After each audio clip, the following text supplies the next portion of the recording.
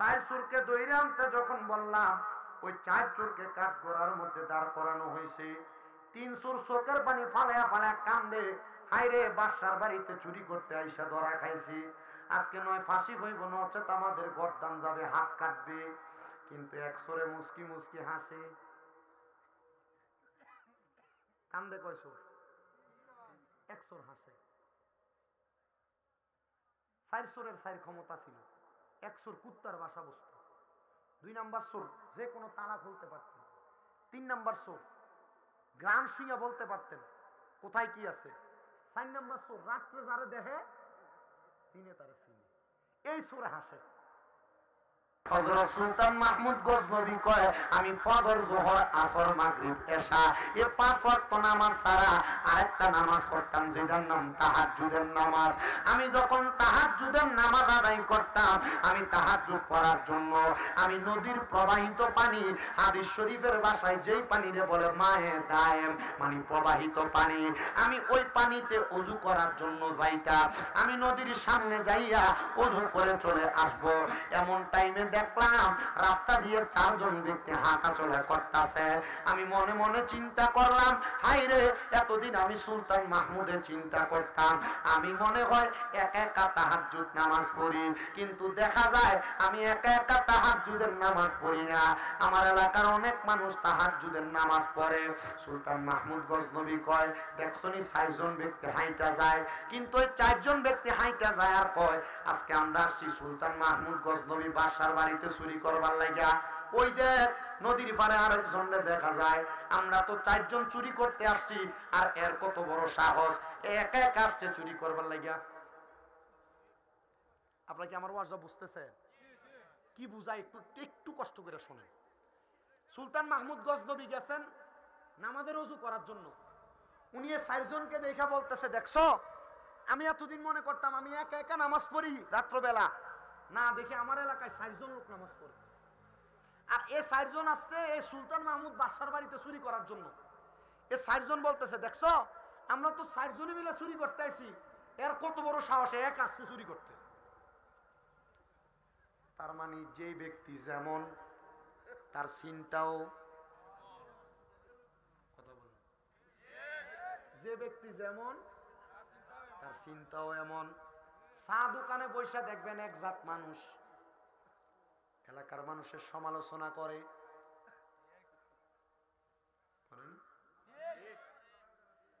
এমন জাতের অনেক মহিলা আছে, এ বাড়ির ফেট যায় ওই বাড়িতে লাগায়।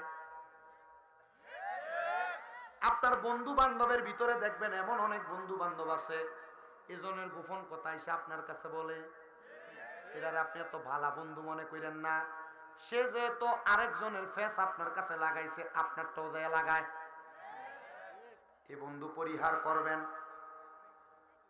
এমন অনেক বন্ধু দেখবেন আপনার কাছে এসে আরেকজনের নামে মিথ্যা কথা বইলা দেয়, এই বন্ধু পরিহার করবেন। আপনারা কি বুঝতেছেন? তাহলে ব্যক্তি যেমন তার মন্তব্য।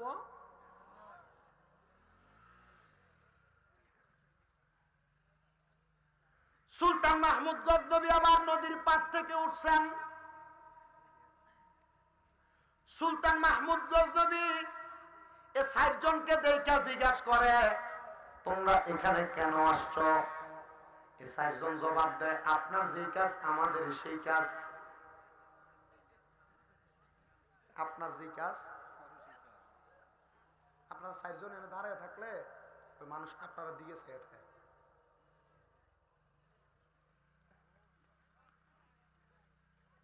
তো সুলতান মাহমুদ গজনবী বলে, আপনার কাজ কি? বলে, আমরা আসছি বড় এলাকা থেকে, গজনব এলাকায় সুলতান মাহমুদ গজনবী বাদশার বাড়িতে চুরি করার জন্য।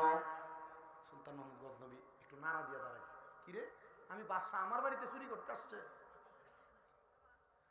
উনি এই কথা চিন্তা করে জিজ্ঞাসা করে, এ 4 চোর তোমরা যে চুরি করতে আসছো, তোমরা যা চুরি করবা কে বেশি নিবে কে কম নিবে? বলে, না কেউ বেশি নিবে না কেউ কম নিবে না, আমাদের 4 জনের সমান ভাগ। বলে, সমান ভাগ নিতে হইলে হয়তো সমান কষ্ট করা লাগে, ঠিক না? আপনি 8 ঘন্টার ডিউটি যদি 4 ঘন্টা করেন আপনারা তো 8 ঘন্টার বেতন দিবে না। বলে আমরা 4 জনের 4টা অলৌকিক ক্ষমতা আছে, যেই ক্ষমতার কারণে আমরা সমান ভাগে নিয়ে যাই। বলে কি অলৌকিক ক্ষমতা? বলে কি অলৌকিক ক্ষমতা? বলে 100 ডাক দিয়া বলে চুরি করতে গেলে 1 নাম্বার বিপদ, সব বাড়িতে একটা না একটা কুত্তা থাকে। কুকুর ঘেউ ঘেউ করে কি বলে, আমি চোরে কুকুরের বাসা বুঝি। 1 চোরের ক্ষমতা। আরেকটারে জিজ্ঞাসা করে তোমার ক্ষমতা কি? বলে বাড়ির দরজায় গেলে যত কঠিন তালা থাকুক না কেন আমি চোখের ইশারার মাধ্যমে তালা খুলতে পারি। 2 নাম্বার চোর। তোমার ক্ষমতা কি? বলে আমার ক্ষমতা ঘরে প্রবেশ করার পরে ঘরের কোন জায়গায় কি আছে নাকের ঘ্রাণ টান দিলে আমি সেটা বলতে পারি। 4 নাম্বার চোর। তোমার ক্ষমতা কি? বলে আমার ক্ষমতা আমি রাত্রবেলা যারে দেখি দিন হইলে তারে চিনি। 4 চোর বলে আপনি তো একা একা আসছেন চুরি করতে, চলেন আমরা একসাথে চুরি করি। তবে চুরি করার আগে আপনি বলেন আপনার ক্ষমতা কি? উনি বলেন আমার ক্ষমতা আমি ডাইন দিকে তাকাইলে ফাঁসির আসামি মাফ, আমি বাম দিকে তাকাইলে জেল হাজত মাফ। এজন্য আমার এই ক্ষমতা। 4 চোরে বলতেছে চুরি ধরা খাইলে হয় ফাঁসি দিব না জেল হাজত দিব। আমরা আপনাকেই দরকার, চলেন আমরা 5 জন একসাথে চুরি করতে যাই। 5 জন একসাথে বাদশার বাড়িতে প্রবেশ করছেন। এই টাইমে বাদশার বাড়ির দরজার কুকুর ঘেউ ঘেউ করে ডাক দিতেছে। বাদশা নিজেই তো চোর সাজছে তাদের সাথে। বলতেছে কুকুর কি বলছে তুমি বলো। কুকুর বলতেছে আমরা 4 চোর অপরিচিত বাড়ির মালিক রে লইয়া আমরা চুরি করতে যাই। কুকুরটা মনে হয় বোঝে না, এলোমেলো বলে। আসলে কুকুর বোঝে কি বোঝে না? বোঝে বিদায় বলছে এটা তো আসলে বাড়ির মালিক সুলতান মাহমুদ গজনবী। এই কথা অবজ্ঞা করে 4 চোর সুলতান মাহমুদ গজনবীরে নিয়ে প্রবেশ করছেন ওনার বাড়িতে চুরি করার জন্য। যখন প্রবেশ করছে, প্রবেশ করার সাথে সাথে তালাটা খুলতেছে। তালা খোলার পরে 3 নাম্বার চোর নাকের সুঘ্রাণ পায়া বলে এই ঘরে স্বর্ণ গয়না, এই ঘরে মণিমুক্তা, এই ঘরে জহরত, এই ঘরে অর্থগুলা আছে, সবগুলা একসাথে বাইন্দা তারা একটা ঘরে ঢুকে এক ঘরে রাখছে নিয়ে বের হবে।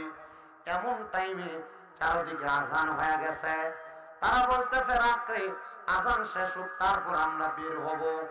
সুলতান মাহমুদ গজনবী বলেন এই 4 চোর জন এক ঘরের মধ্যে অপেক্ষা করে। আমি বাইর হইয়া ঘরের দরজাটা লাগাইয়া আমি আবার ফজর পড়তে দাঁড়াইছি। ফজরের নামাজটা পড়া আমি রাজকার্য পরিচালনা করার জন্য আমার চেয়ারে বসছি। 4 চোরকে দইরে আনতে যখন বললাম ওই 4 চোরকে কাঠগড়ার মধ্যে দাঁড় করানো হয়েছে। 3 চোর চোখের পানি ফালায়া ফালায়া কান্দে, হাইরে বাদশার বাড়িতে চুরি করতে আইসা ধরা খাইছি, আজকে নয় ফাঁসি হইব নচেত আমাদের গর্দান যাবে, হাত কাটবে। কিন্তু 1 চোরে মুস্কি মুস্কি হাসে। কান্দে কয় চোর? 1 চোর হাসে। 4 চোরের 4 ক্ষমতা ছিল। 1 চোর কুত্তার বাসা বসত। 2 নাম্বার চোর যে কোনো তালা খুলতে পারতেন। 3 নাম্বার চোর গ্রাম শুইয়া বলতে পারতেন কোথায় কি আছে। 4 নাম্বার চোর রাত্রে যারা দেখে দিনে তারা চিনে। এই চোর হাসে। হযরত সুলতান মাহমুদ গজনবী প্রশ্ন করে এ বেটা 3 জন কান্দে তুমি কেন হাসো? সে ডাক দিয়ে কয় হুজুর রাত্রবেলা আমরা সাথে একসাথে রাত্র কাটাইয়া চুরি কইরা কেমনে গো আমরা 3 জন 4 জন রে আপনি আনলেন বিচার করার জন্য। 3 জন অবাক, কি রে তাহলে উনি বাদশা, আমরা বাদশারে লয়ে গেছি বাদশারে চুরি করতে।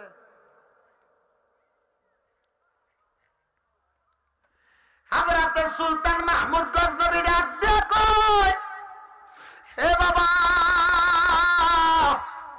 কান্দিস না, তোমরা মনে হয় অভাবের কারণে চুরি করতে আসছো।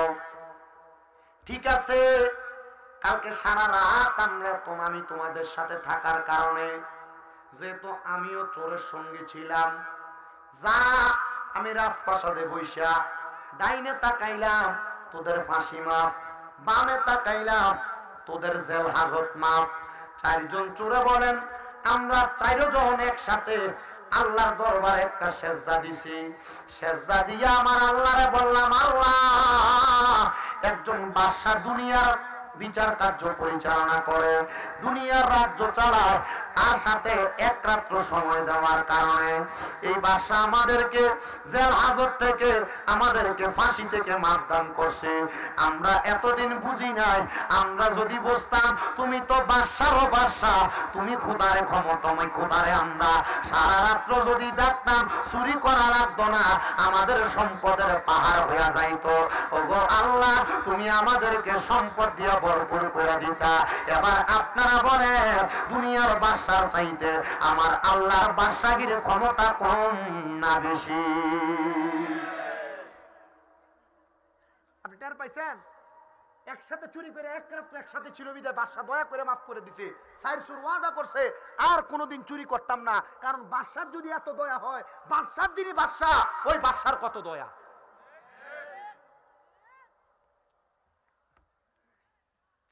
আমার মুসলমানেরা, আমি আজকে আপনাদের কাছে এই তিনটা ঘটনা কম, এই তিনটা ঘটনায় মানে চোর আর ডাকাইতের কথাই, এটা থেকে আপনি কিছু শিখবেন।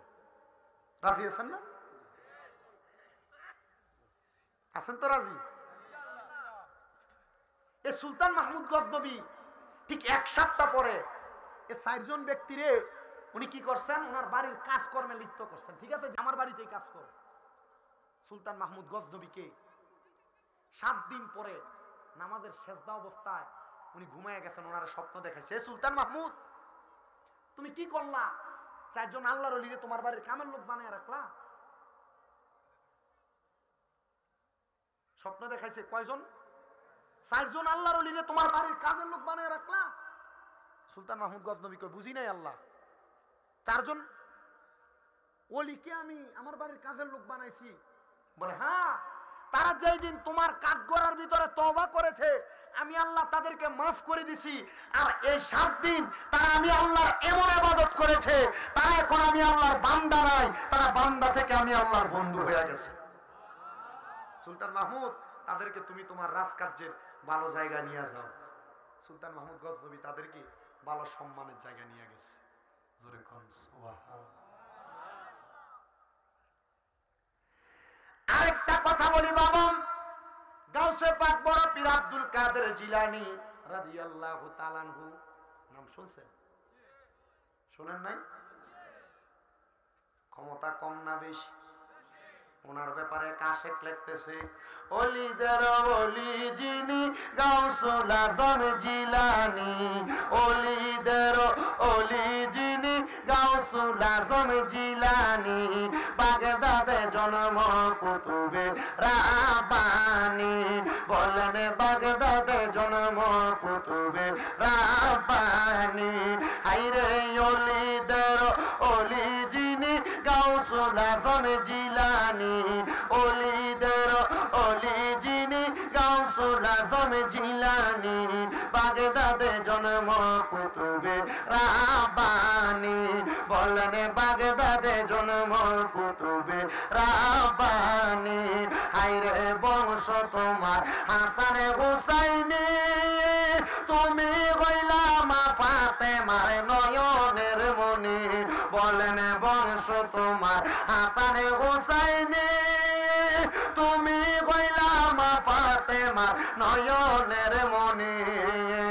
দয়ার নজর দাও গো আমায় ও গো গাউসে সমদানি, দয়ার নজর দাও গো আমায় ও গো গাউসে সমদানি, বাগদাদে জন্ম কুতুবে রাব্বানী।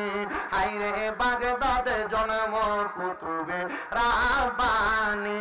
হায়রে তোমার কাঁধে নবীজির কদম, সব ওলিদের কাঁধে তুমি গাউসের কদম, বলেন তোমার কাঁধে নবীজির কদম, সব অলিদের কাঁধে তুমি গাউসের কদম মুর্দা কলব জিন্দা করো ও গো গাউসে সামদানি মুর্দা কলব জিন্দা করো ও গো গাউসে সামদানি বাগদাদে জন্ম কুতুবে রাব্বানি বলেন বাগদাদে জন্ম কুতুবে রাব্বানি হাইরে অলিদের অলি যিনি গাউসুল আজম জিলানি অলিদের অলি যিনি গাউসুল আজম জিলানি বাগদাদে জন্ম কুতুবে রাব্বানি জোরে কোন মারহাবা। এ মুসলমানেরা ওই গাউসে পাকের দরবারে ওনার ঘরের মধ্যে সন্ধ্যাবেলা প্রবেশ করছেন চোর মানুষ চুরি করার জন্য। রাত্র গভীর গাউসে পাক আব্দুল কাদের জিলানী তাহাজ্জুদ নামাজ পড়বে ওযু করতে বের হইছেন। ওযু করে ঘরে প্রবেশ করবে এমন টাইমে দেখে ঘর থেকে চোর বাইর হয়ে যায়। আব্দুল কাদের জিলানী জিজ্ঞাসা করে, এ ভাই আমার ঘরে আপনি কেন আসছেন? উনি কয়, হুজুর আপনার কাছে আইছিলাম মুরিদ হইবার লাগা। আসলে কি মুরিদ হইতেছে? কেন আসছে? হ্যাঁ, চুরি করতে। আব্দুল কাদের জিলানী একটা ডাক দিয়া কয়, বাবা মুরিদ হইতে যেহেতু আসছেন তো আসেন না মুরিদ করাইয়া দেই। কয়, না হুজুর আজকে দীক্ষা যাই, আরেকদিন এসে মুরিদ হইয়া যাব। হুজুর ডাক দিয়া কয়, বাবা না মানুষের হায়াত বেশি দিন না, কখন জানি মারা যাও, আসো তোমারে এখন আমি বায়াত করাই। হুজুর বায়াত যে হবো ওযু তো করি নাই, চিন্তা করছো ওযুর নাম দিয়ে আমি কোন রকম ভাগা যায়? হুজুর বলে, এই যে হুজুর পানি ওযু করো। ওযুটা করার সাথে সাথে হুজুর গৌসে পাক আব্দুল কাদের জিলানী ডাক দিয়ে কয়, বাবা তোমার যে পোশাক এই পোশাক দিয়ে তুমি ওযু করছো, কিন্তু মুরিদদের পোশাক হইয়া পড়ো, এই পোশাক হইয়া হইও না। আমার একটা পুরান পাঞ্জাবি আমি তোমারে দিলাম, এই পাঞ্জাবিটা পরো। গৌসে পাক আব্দুল কাদের জিলানী ওনার একটা পাঞ্জাবি তারে পরাইছে, ওনার একটা পাগড়ি দিয়া কয়, বাবা পাগড়িটা মাথায় দাও, তারপরে তুমি আমার কাছে মুরিদ হও। পাঞ্জাবি আর পাগড়ি লাগায়া হুজুর গৌসে পাক আব্দুল কাদের জিলানীর কাছে বলতেছে, হুজুর এবার মুরিদ করায়া দেন, আমি তাড়াতাড়ি যাইতে হবে। হুজুর গৌসে পাক, কারণ চোর মানুষ, যত সময় নষ্ট হবে তার তো চুরি করার সময় তত কমব, কারণ চোরের সুযোগ হলো গোপনে গোপনে চুরি করা। কথা কয় না, ঠিক কিনা বাবা? এমন অনেক চোর সোনার বাংলাদেশে আছে, তারা গম চুরি করে, বুট চুরি করে, আছে না নাই? মানুষের চাল চুরি করে, এমন চোরও আছে না নাই? আবার বাংলাদেশে যে চোরের কথা আমি আমার খুতবার ভিতরে বলছি, মাহে রমজান মাস আসলে মানুষের ওজনের মধ্যে কমও দেয়। মাহে রমজান মাস আসলে তেল মজুদ কইরা, ডাইল মজুদ কইরা, চাল মজুদ কইরা, বাজারে মালের সংকট দিয়া মানুষ থেকে দাম বেশি নাই, এমন চোরও বাংলাদেশে আছে না নাই? আছে। এই রমজান মাস আসলে সোনার বাংলাদেশের সোনার ছেলেরা তখন মালকে মজুদ করে মালের দাম বাড়াইবে। মিডল ইস্ট সহ সৌদি আরব বলেন, দুবাই বলেন, আবুধাবি বলেন, বিভিন্ন দেশের মাহে রমজান উপলক্ষে ব্যবসায়ীরা ব্যবসায় লাভ না কইরা মানুষকে ফ্রিতে মাল দেয়, ফ্রিতে অনেক ব্যবসায়ীরা দেয়। কারণ আমার বাংলাদেশিরা চিন্তা করে কি রমজান মাসে বেশি লাভ করতে হবে। ঈদের সময় গাড়ি ভাড়া বাড়ায় দেয়, রমজান মাসে গাড়ি ভাড়া বাড়ায় দেয়। কি লেগে বাড়াইছ? বলে ঈদ না, বোনাস, তার বাপ দাদার সম্পদ। বোনাস কি মানুষ থেকে ছাইয়া নেয় না দেয়, উজ্জা দেয়, নিচ থেকে দেয় না?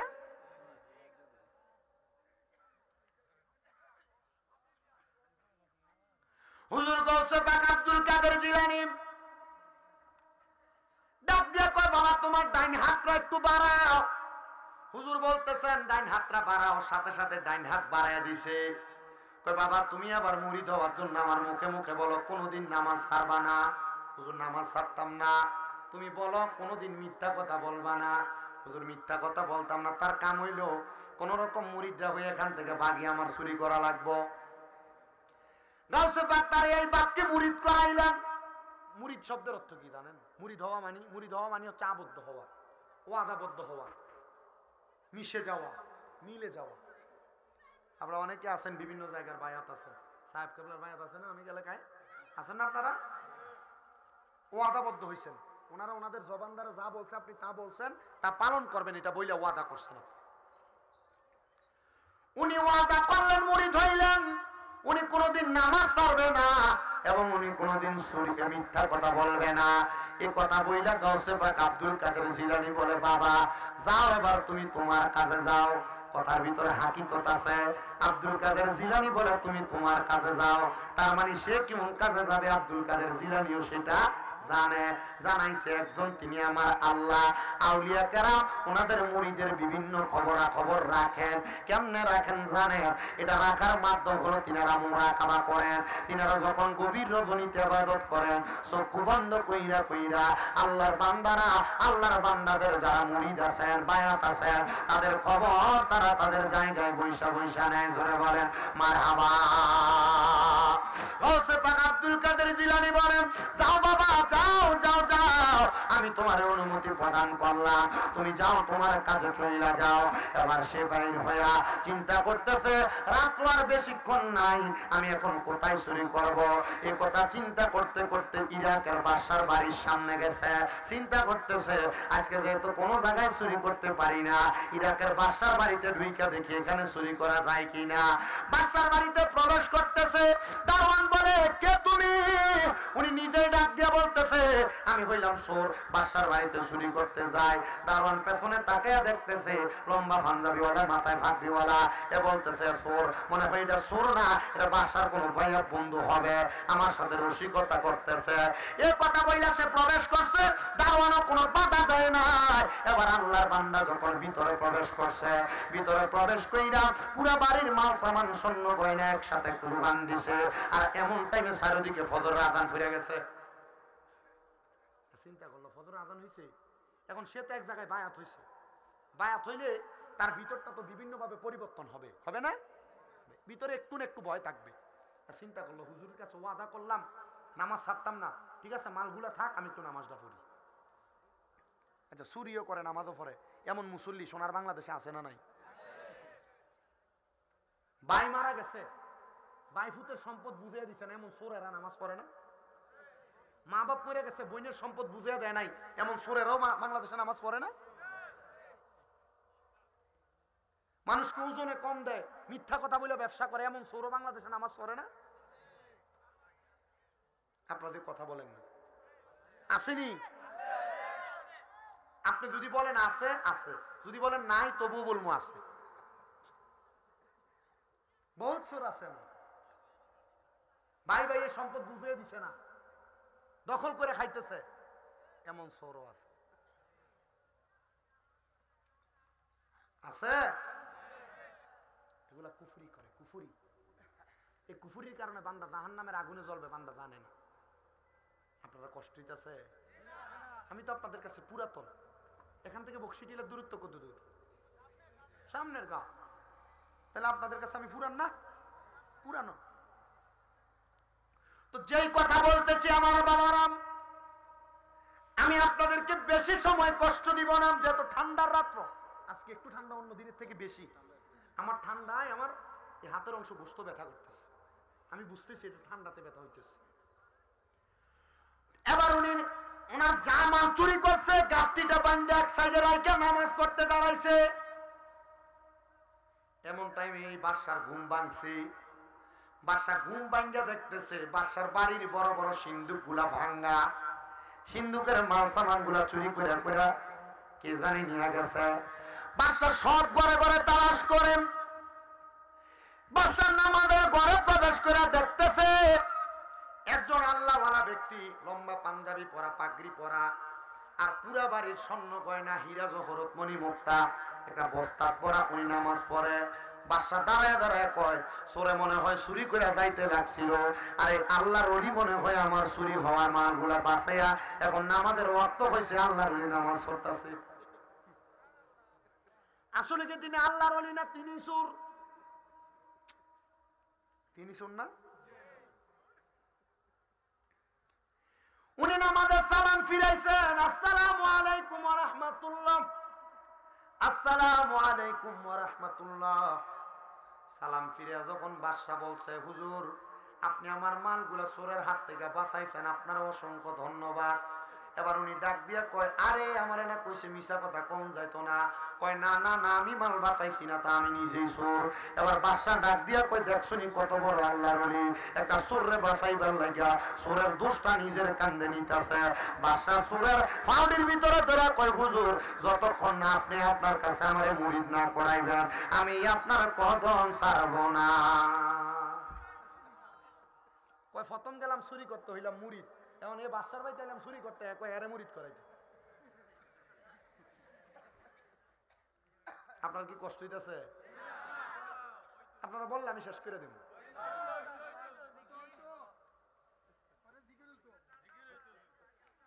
আজকে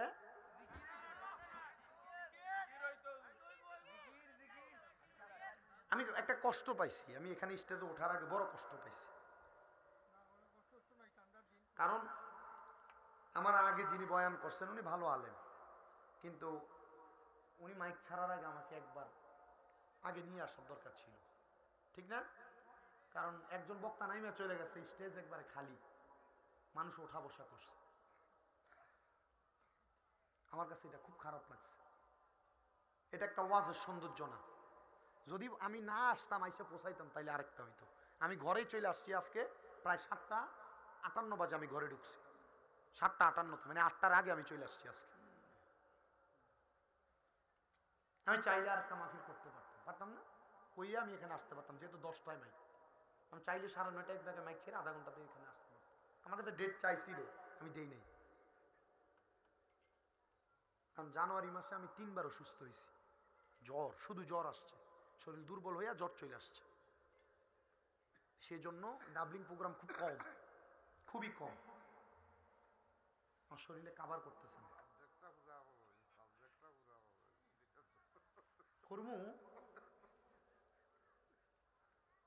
আমি কিন্তু আজকে ডাইনে বামে কথা বলতেছি না, টানা ওয়াজ করতেছি, ঠিক না? অন্যদিন ডাইনে বামে বা ওইদিকে আসলে ডাইনে বামে কথা বলতাম। আজকে কারণ আমার কোনটি আমি মানে আবহাওয়ার অবস্থা দেখে আমি আপনাদেরকে কষ্ট বেশি দিব না, শর্টকাট বিদায় দিব, তবে হক আদায় করে বিদায় দিব। রাজি আছেন তো ইনশাআল্লাহ? আল্লাহ কবুল করে কে তো মহব্বতে দরুদ শরীফ পড়েন। আল্লাহুম্মা সাল্লি আলা সাইয়্যিদিনা মুহাম্মাদ ওয়া আলা আলি সাইয়্যিদিনা। ওরে লাওয়ারিস নই গুনাহগার হাসরের মাঠত, রহমতের চাদর যখন মুস্তাফার রাতত, হদে যাইব উম্মত ওয়ালা উম্মত ফালাই, হদে যাইব উম্মত ওয়ালা উম্মত ফালাই। ওই জাগানো মদিনা রাখিয়াই তো সাই, মদিনা ওয়ালার দেশত আশেকে যখন যায়, মদিনা ওয়ালার দেশত আশেকে যখন যায়, ওই জাগানো মদিনা রাখিয়াই তো সাই। হইত ন পারে তারাও যারা আসিলে মদিনায়, হইত ন পারে তারাও যারা আসিলে মদিনায়, মদিনা সায়াইল নাকি সায়াইল জান্নাত, খোদার দুনিয়া তার সাইবার কিছু নাই, খোদার দুনিয়া তার সাইবার কিছু নাই। কোন জাগানো মদিনা রাখিয়াই তো সাই। একটা জবান বন্ধ রাখবেন না, জবান খুলে জোরে জোরে করেন আল্লাহু আকবার। ওই চূড়ার ভিতরে যখন আব্দুল কাদের জিলানীর নেক নজর লাগছে, চুরি করতে গেছে ইরাকের বাদশার বাড়িতে। বাদশা কয়ে কেমন আল্লাহর ওলির সাক্ষাৎ পাইলাম গো। উনি একটা চোরকে বাঁচানোর জন্য চোরের দায়টা উনি ওনার কাঁধে নিয়ে আনিছে। হুজুর, ও হুজুর, আপনি আপনি সাধারণ কোন মানুষ না, আপনি ওলিদেরও ওলি, আপনি কুতুবে জামান। হুজুর আপনি যদি আমারে মুরিদ করান, যদি আপনি বলেন আমি আমার রাজপ্রাসাদের রাজাগিরি আপনারা দিয়া দেওয়ার জন্য আপনার মতো একজন ফিরি আমি ঢুকাইছিলাম এতদিন ভাইছি না, হুজুর আমারে মুরিদ করাইয়া দেয়, আমি আপনার কাছে মুরিদ হইতে চাই। হুজুর আমারে মুরিদ করাইলে কয়জনের সোর্সে সম্পদ নিয়ে যাইতে লাগছিল সব আপনারে দিয়া দিব। হুজুর কয় আরে আবার ঠেকা গেছি গা, এখন যদি আমি তারে কোনোভাবে প্রমাণ করি আমি একটা চোর, তাহলে সে আমার হাত ভাঙবো, ফাও ভাঙবো। স্বীকার করা যাওয়া যাইতো না, স্বীকার করলে মাইর, ঠিক না? স্বীকার করলে মারবে। সে মনে করছে আমি শুন না, ফাকরিয়ার পাঞ্জাবি থাকার কারণে খেলা জমছে।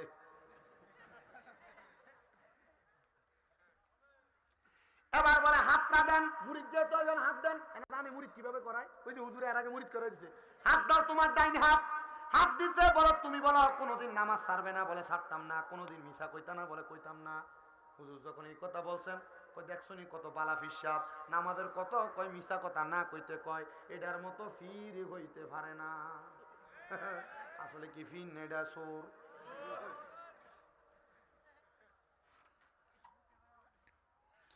সুন্দর করে এই কথা বইলা বের হয়ে যায়। কয় হুজুর দাঁড়া, সুরে যদি এই মাল সামান গুলা নিয়ে যাইতো আমি তো কিছুই পাইতাম না।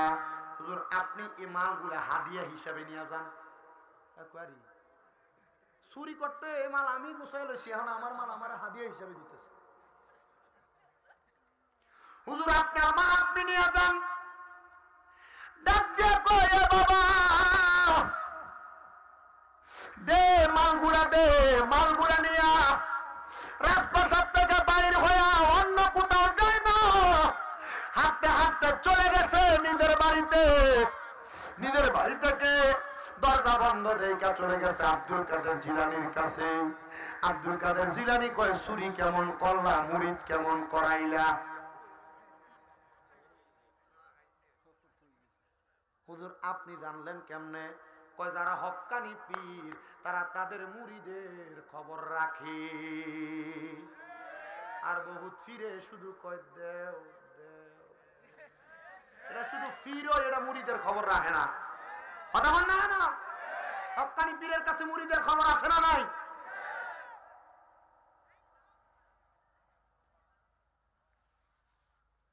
আমরা তাদেরকে হক্কানি মনে করি যাদের কাছে এই খবর আছে, আর যারা এই খবর রাখেন আমরা এদেরকে বন্ধ মনে করি।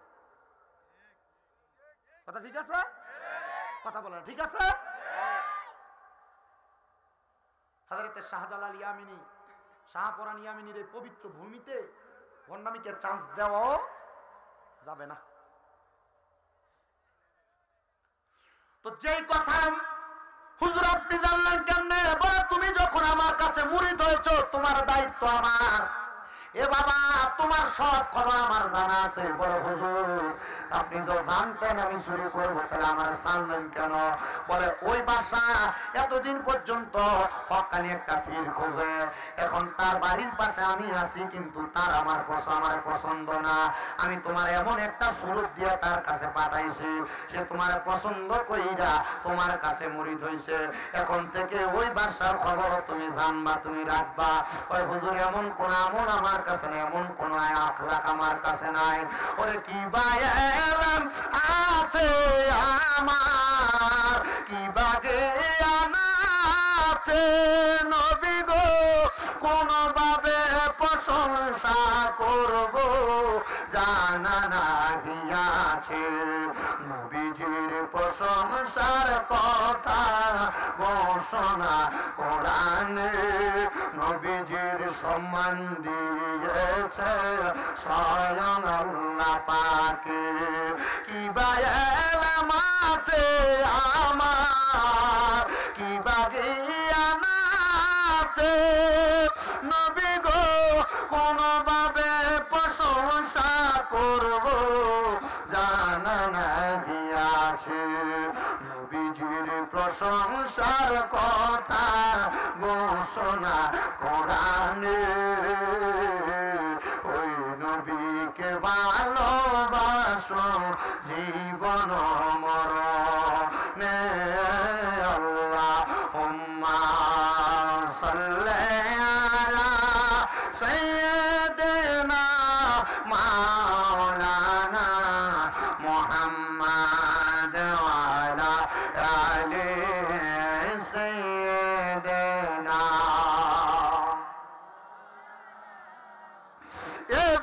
মুসলমান, এ নবীর উম্মতের দল, এ আল্লাহর বান্দারা, শুনো রে, আল্লাহর একজন পয়গম্বর জিনার নাম মুসা আলাইহিস সালাতু ওয়াস সালাম। পবিত্র কোরআনুল কারীমে সেই নবীর নাম অনেকবার আসছে। ওই মুসা পয়গম্বরের নাম আমরা কিন্তু কম শুনি নাই। ওই মুসা নবীর একটা ক্ষমতা ছিল রে, ক্ষমতা ছিল মুসা নবীর। কোন কবরের সামনে দিয়ে গেলে মুসা নবী কবরের দিকে তাকাইলে কবরের অবস্থা সম্পর্কে জানতে পারত। আপনারা বলেন আল্লাহর নবীদেরকে এই ক্ষমতা দিছে কে? হযরত মুসা পয়গম্বর বলে, আমি একবার একটা রাস্তার পাশে দিয়ে কবরস্থানের সামনে দিয়ে হাইটা যাইতেছি, এমন টাইমে তাকে দেখলাম গো একটা কবরের মানুষ, যার কবরের মধ্যে ধাও ধাও করে আগুন জ্বলতাছে। আমি মুসা নবী 2 রাকাত নামাজ আদায় করলাম। 2 রাকাত নামাজ আদায় কইরা আমার আল্লাহ তাআলার কাছে জানতে চাইলাম, ওগো আল্লাহ, যেই ব্যক্তির কবরের মধ্যে ধাও ধাও করে আগুন জ্বলতাছে, আমি মুসা পয়গম্বর তো বুঝলাম না কোন কারণে ওনার কবরে আগুন জ্বলতাছে। আমার আল্লাহ কয়, মুসা রে, ও মুসা, এই ব্যক্তি দুনিয়ার জমিনে অনেক সম্পদ জোড়ায় গেছে, তার সন্তানেরা তার সম্পদ গুলা ব্যবহার করতেছে। এ বন্ধু মুসা, এই ব্যক্তির সন্তানেরা সম্পদ গুলা পাওয়ার পরে ওই ব্যক্তির জন্য আর কোন দোয়া খয়রাত করে না। মুসা নবী কয়, আল্লাহ, তার বাড়িটা কোন জায়গায়? আমি তার সন্তানদের কাছে তাদের বাবার আযাব সম্পর্কে খবর দিব। এ আমার রাজকান্দির বাবারা, এ বড়খোলার বাবারা, এ সিলেটের মৌলভীবাজার কমলগঞ্জের আমার বাবারা, আপনারা যারা এখানে বসছেন, কেউ যদি আপনারা একবার ঘুমের ঘরে স্বপ্নে কয় তোমার আব্বাজান কবরে জাহান্নামের আগুনে জ্বলতাছে, তুমি ফুতের মাথাটা তো খারাপ হয়ে যাবে। তোমার মাটা যদি তোমার ঘুমের ঘরে স্বপ্নে আইয়া কয়, ফুতরে, আমি মা তো কবরের ভিতরে বাড়া নাই, তাহলে তুমি ফুতের মাথাটা খারাপ হয়ে যাবে।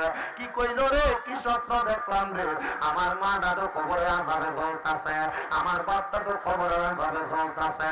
তখন তো তুমি সন্তানের আর ভালো লাগবে না, কথা কন্যা ঠিক কিনা? কারণ সন্তান মা বাপরে বড় ভালোবাসে। এবার মুসা নবীর আমার আল্লাহ জানাই রে, বন্ধু মুসা, ওই বাড়ির অমুক ব্যক্তিটা, ওইটা হলো তার বাড়ি। এবার মুসা নবী হাঁটতে হাঁটতে গেছে ওই বাড়িতে, যাইয়া এবার দেখতেছে ঘরে কোনো মানুষ নাই। ওই ব্যক্তির সন্তানটা পুকুরের কিনারে বইসা বইসা থালা বাসন ধুইতেছে। ডাক দিয়া কই, এ আল্লাহর বান্দি রে, এ আল্লাহর বান্দি, তুমি যে এত সম্পদের মালিক হইছ, এই সম্পদ তোমার দিল কে? আল্লাহর বান্দি ডাক দিয়া কই, সম্পদ আমার দিছে আমার আব্বা। বলে, তোমার আব্বা কোন জায়গায়? বলে, আমার আব্বা জানতো ইন্তেকাল করছে। মাইয়া রে, আমি তোমার আব্বা জানের কবরের সামনে দিয়ে আসতে লাগছিলাম, আমি আসার সময় দেখছি তোমার আব্বা জানটা কবরের মধ্যে আযাবে জ্বলতাছে। মাইয়া কই, কেমন ফকির রে আমার সামনে আসলো? আমার আব্বার কবর আযাবের খবরে বেড়ে জানে কেমনে? সব খবর তো জানে আল্লাহ। ও বাবা রে, আল্লাহ জানে কথাটা সত্য, কিন্তু আমার আল্লাহ তাআলা আল্লাহর নবীদেরকেও জানায়।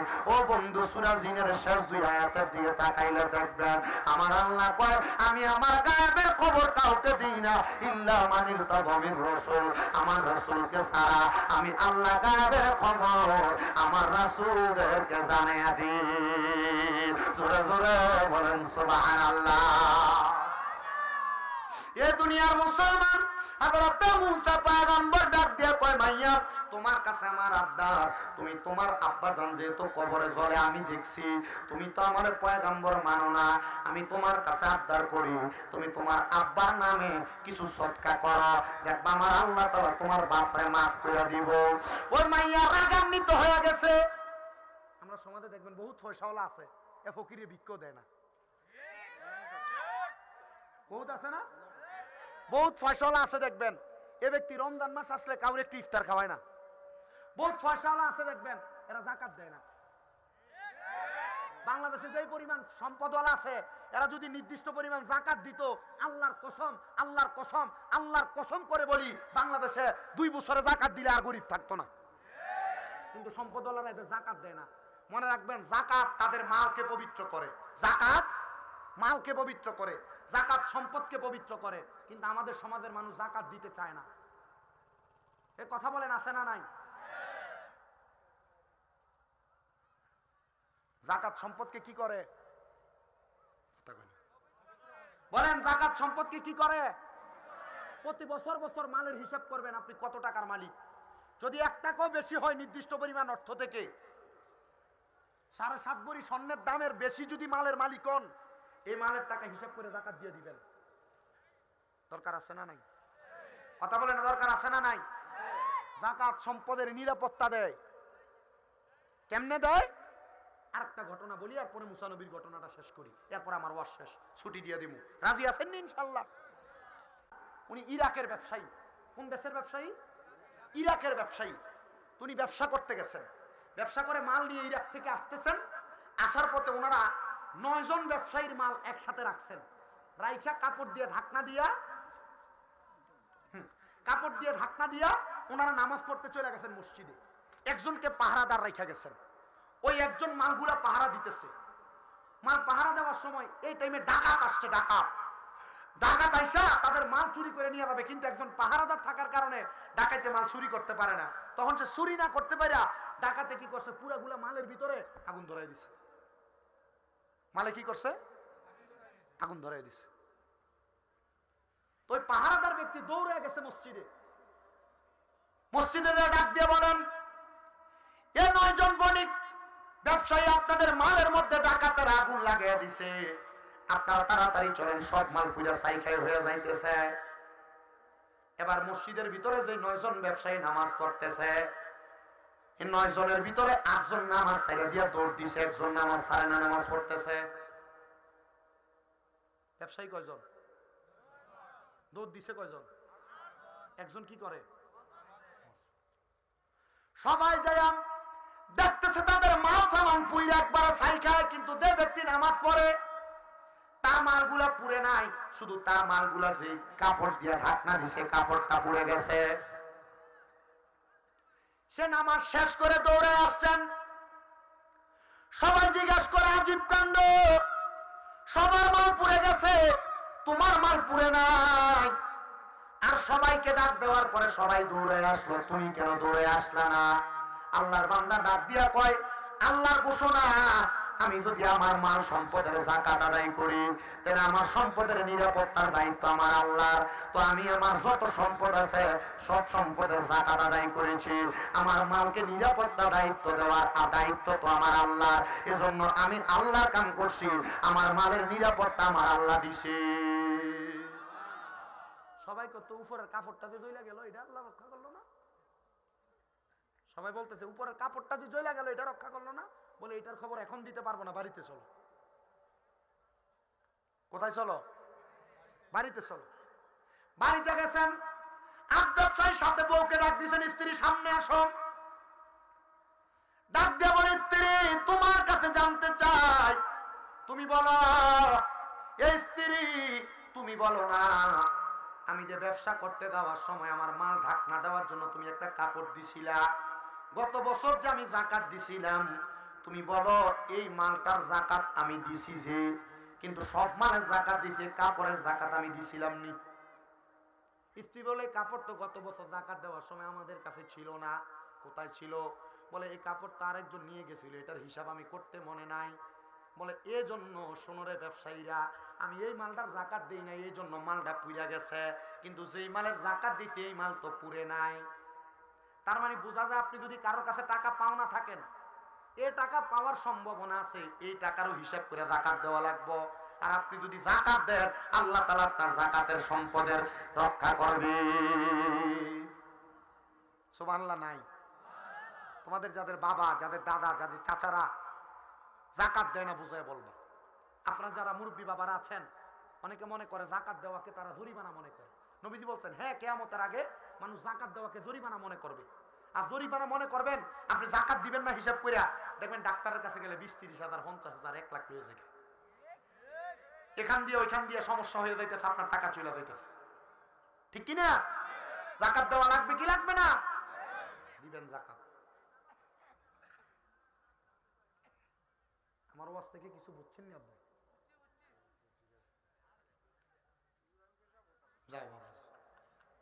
বুঝছি, আমি তোমার ডাক দিতাম না, তোমার যে দাড়ি ফাঁক না, তোমার এখন যে ফসাব পায়খানা ধরছে না, এটা তো শুক্রিয়া। যাও না না আসো না, ঠিক আছে, কারণ সরল মানুষ। কি আছে আরো কিছু কথা, এই যে আপনারা হাসেন না, এটা ভালো জিনিস। এটা কি জিনিস? আপনারা দেখেন টিভিতে মক্কা মদিনার লাইভ দেয় না, দেখবেন অনেকে গোল করে কাবা শরীফের মধ্যে নামাজ পড়ে, আবার দেখবেন অনেকে নামাজের সামনে দিয়ে হাঁটে। দেখেননি আপনারা এটা কি লেগে হাঁটে জানেন? এই অজু সুইটা যায় যে আর নামাজ পড়ে না, তখন এরা হাইটে হাইটে বাইর গোল করে ঘুরে ঘুরে যেখান দিয়ে জায়গা পায় বাইর হয়। আর মক্কা শরীফে যে কাবা শরীফ দেখেন, এখান থেকে হাইটা, যেখানে বাথরুম এখানে হাইটা যাইতে যে 5-6 মিনিট 7 মিনিট লাগে। আমি 3 মাস হয় আসছি এখান থেকে, নামাজ শেষ করে মানে নামাজ ছাইরা দিয়া ওই বাথরুমের কাছে যাইতে 5-7 মিনিট লাগে যায়। আর বাথরুম উপরে না, লিফট দিয়ে নামা লাগে, সিঁড়ি দিয়ে নিচে নামা লাগে, 2 তলা 3 তলা নিচে বাথরুম, আবার সিরিয়াল ধরলে আবার বেশি, বহু বাথরুম, কিন্তু কাম হয় না। মক্কা মদিনা যাবেন, কখনো সুযোগ হইলে, টাকা পয়সা হইলে মক্কা মদিনা যাবেন, অনেক কিছু দেখে আসতে পারবেন। ইনশাল্লাহ পড়েন না তো? সবাই পড়েন ইনশাল্লাহ, বড় মজার জায়গা। তো মুসা পয়গম্বর বলছিলেন কি, তুমি তোমার আব্বার নামে কিছু সদকা করো, আল্লাহ হয়তো তোমার আব্বারে মাফ করতে পারে। মাইয়া গেছে সেটা রাগান্বিত হইয়া কূপের পানিটা কোষ করে নিয়া মুসা নবীর দিকে এমন ভাবে ফিক্কা মারছেন। মুসা পয়গম্বরের দিকে যখন পানিটা এভাবে ফিক্কা মারছেন, মুসা নবী নিচের দিকে বৈশা গেছেন, আর পানিটা যাইয়া অন্য জায়গায় পড়ছে। এবার মুসা নবী ওই বাড়ি থেকে চলে যাচ্ছে, যাওয়ার সময় ওই কবরের দিকে তাকায় তাকায় কাঁদতেছে। আর মুসা নবী যখন কান্দে, এটা আমি দেখতেছে এই কবরের ভিতরে আযাব না। মুসা নবী বাড়িতে যাইয়া নামাজ পড়ছে, নামাজ পড়ে আমার আল্লাহর কাছে আল্লাহ, এই কবরে আযাব দেখা তার বাড়িতে গেলাম, তার মাইয়ারা বলতাম সদকা দিতে যেন তারে মাফ করে দাও তুমি। আল্লাহ এখন যাওয়ার সময় বেয়াজ্জতি হয়ে আসলাম, এখন দেখি তার কবরে কোনো আযাব নাই। আল্লাহ কয় মুসা, আমি আল্লাহ তো দয়াবান, আমি আল্লাহ তো মায়াবান, আমি আল্লাহ দয়া করছি বিদায় তারে আমি মাফ করে দিছি। আল্লাহ কেমনে মাফ করছেন? আল্লাহ ডাক দিয়া কয় মুসা রে, তোমারে যখন মাইয়াটা পানি মারছে, ওই মাইয়াটা যখন পানি মারে, তুমি যখন বৈশা গেছো, ওই পানিটা যাইয়া একটা ব্যাঙ এবং ব্যাঙের ছাও ব্যাঙের বাচ্চার গায়ে যাইয়া পড়ছে। আর ওই ব্যাঙের দোয়া করার কারণে আমি আল্লাহ ওই ব্যক্তির কবরের আযাব মাফ করে দিয়েছি। কার দোয়ার কারণে কবরের আযাব মাফ? ব্যাঙের দোয়ার কারণে কবরের আযাব মাফ। কিসে দোয়া করছে? ব্যাঙে দোয়া করছে। মুসা নবীকে আল্লাহ কারণ কি বলে, মুসা এই ব্যাঙটা নতুন শাবক বাচ্চা দিছে, এই ব্যাঙটা বাচ্চাগুলা ছাইরা শাবকগুলা ছাইরা যায় না, কারণ আসমানের মধ্যে একটা সিল ঘুরতেছিল, সিল পাখি। ব্যাঙটা সরে না বাচ্চাদের জন্য পানি নেওয়ার জন্য। ব্যাঙটা বাচ্চাদেরকে ধইরা ধইরা আমি আল্লাহর কাছে দোয়া করতেছিল, আল্লাহ এই মুহূর্তে যদি কেউ আমার একটু পানির ব্যবস্থা করে দিত, আমি বাচ্চা দিলে নিয়ে বাঁচতাম। আল্লাহ আমি বাচ্চা দিলে নিয়ে বাঁচতাম।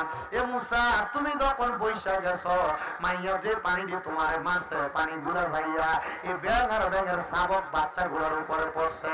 আর এই ব্যাঙটা দোয়া করছে, আল্লাহ যে আমার পানি দিল, তুমি তারা হালে আওলাদ মাফ করে দাও।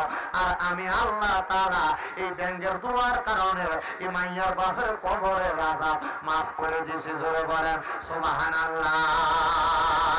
আমি জানি না রে কমলগঞ্জের রাজকান্দি এলাকার বড় খোলার কুরবাই বাবারা জানি তাদের মারে মাটি দিয়া, তাদের বাবারে মাটি দিয়ে আজকের মাহফিলে বসে গেছে বাবাজিরা।